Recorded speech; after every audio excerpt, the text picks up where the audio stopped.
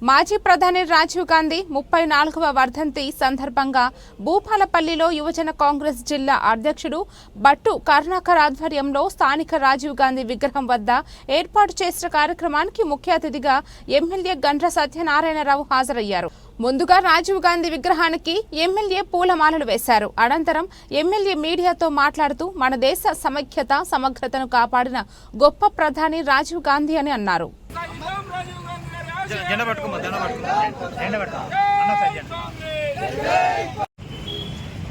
కీర్తి శేషులు రాజీవ్ గాంధీ గారి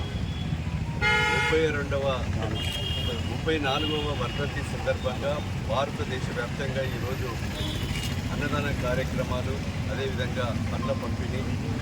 వారికి ఘనంగా నివాళులు అర్పిస్తూ ఈ దేశం కొరకు ప్రధానమంత్రిగా శ్రీమతి ఇందిరాగాంధీ గారు ఏదైతే ఉగ్రవాదుల చేతుల్లో చనిపోయిన తర్వాత 414 సీట్లు భారతదేశ చరిత్రలో స్వతంత్రం వచ్చిన కానీ ఎవరికి రాని మెజారిటీని పొంది ఈరోజు ప్రధానమంత్రిగా అయిన తర్వాత ఆయన ఒక ఏం రాజకీయాల్లోకి రావాలని నేర్చారు. ఒక పైలట్గా ఈరోజు తల్లి మరణాంతరం ఇందిరాగాంధీ చనిపోయిన తర్వాత ఎన్నికల్లో గెలిచి అఖండ విజయం సాధించి ఈ దేశం నాకు ముఖ్యమని చెప్పి 21 సంవత్సరం వయసున్నటువంటి ఓటు హక్కు కలిగినటువంటి యువకులకు 18 సంవత్సరాలకే కుదించి ఓటు హక్కు చట్టాన్ని తెచ్చినటువంటి గొప్ప మహనీయుడు రాజీవ్ గాంధీ గారు. అదేవిధంగా కంప్యూటరీకరణ, సెల్ సిస్టాన్ని, నూతన ఒరవడిని ప్రపంచానికి చాటి చెప్పినటువంటి వ్యక్తి రాజీవ్ గాంధీ గారు.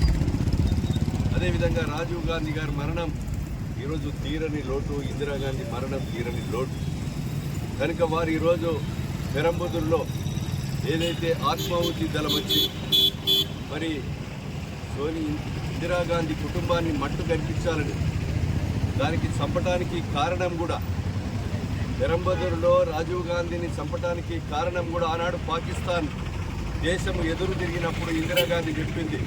మా దేశం మీద ఎవడైనా తిరగబడితే ఊరుకునేది లేదు, క్షమించేది లేదు అని హెచ్చరిక జారీ చేసి పాకిస్తాన్ను ముక్కలు ముక్కలుగా చేసి కాళ్ళ మీద పడేదాకా మరి ఈరోజు యుద్ధంకు వీరనారిగా ఒక ఉక్కు మహిళగా పోరాడినటువంటి, ఆ రోజు శపథం చేసినటువంటి ఇందిరాగాంధీని ఉగ్రవాదులు ఆత్మాహుతి దళం ఖతం చేయడం జరిగింది, చంపడం జరిగింది. అదేవిధంగా వీళ్ళ కుటుంబం ఎవరు ఉండొద్దని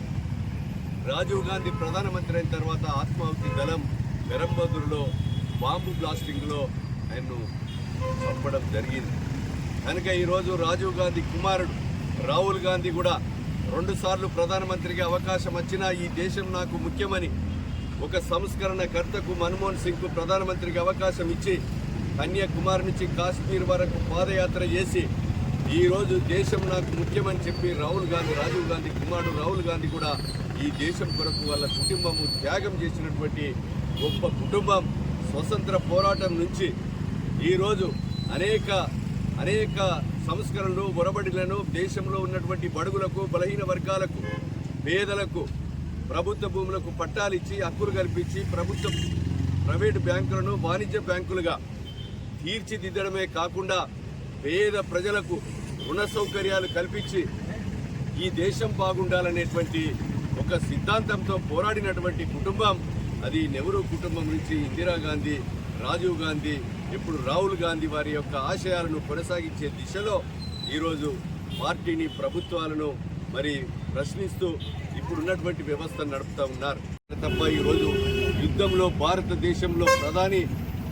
ఇందిరాగాంధీ ఉన్నప్పుడు ఎప్పుడు కూడా వెనుకడుగు వేయలేదనే విషయాన్ని గుర్తుంచుకోవాల్సిందిగా కోరుతూ రాజీవ్ గాంధీ, ఇందిరాగాంధీ ఆశయాలను కొనసాగించే దిశలో 2029లో దేశ ప్రజలు, బడుగులు, బలహీన వర్గాలు, అట్టడుగున అనగారినటువంటి ప్రజలు, మేధావులు, కవులు, కళాకారులు, అన్ని వర్గాల ప్రజలు కూడా మరి రాహుల్ గాంధీ నాయకత్వాన్ని ప్రధాని విషయంలో ఆలోచన చేసి వాళ్ళ యొక్క నెహ్రూ కుటుంబం ఆ యొక్క ప్రధాని పీఠంపై వచ్చే విధంగా అందరూ కూడా కంకణబద్దులై సైనికుల్లాగా పనిచేయవలసిన అవసరం, ఆవశ్యకత ఈ దేశ ప్రజలపై ఉందని తెలియజేస్తూ మరోసారి రాజీవ్ గాంధీకి ఘన నివాళులు భూపాలపల్లి నియోజకవర్గం జిల్లా ప్రజలందరూ కూడా ఘన నివాళులు అర్పిస్తూ ఈరోజు యూత్ కాంగ్రెస్ మరి అదేవిధంగా ప్రెసిడెంట్ బట్టు కరుణాకర్ గారి ఆధ్వర్యంలో అదేవిధంగా నియోజకవర్గ యూత్ కాంగ్రెస్ అధ్యక్షుడు రజనీకాంత్ గారు కానీ యూత్ కాంగ్రెస్ మరి యువతంతా ఆధ్వర్యంలో ఈరోజు ఈ యొక్క కార్యక్రమం నిర్వహించడం జరిగింది. ఈ కార్యక్రమంలో పాల్గొన్నటువంటి మా పిసిసి సభ్యులు కానీ రాజేందర్ కానీ మాజీ కౌన్సిలర్లు కానీ ప్రతి ఒక్కరికి కూడా మనస్ఫూర్తిగా హృదయపూర్వకంగా ధన్యవాదాలు తెలియజేస్తున్నాం.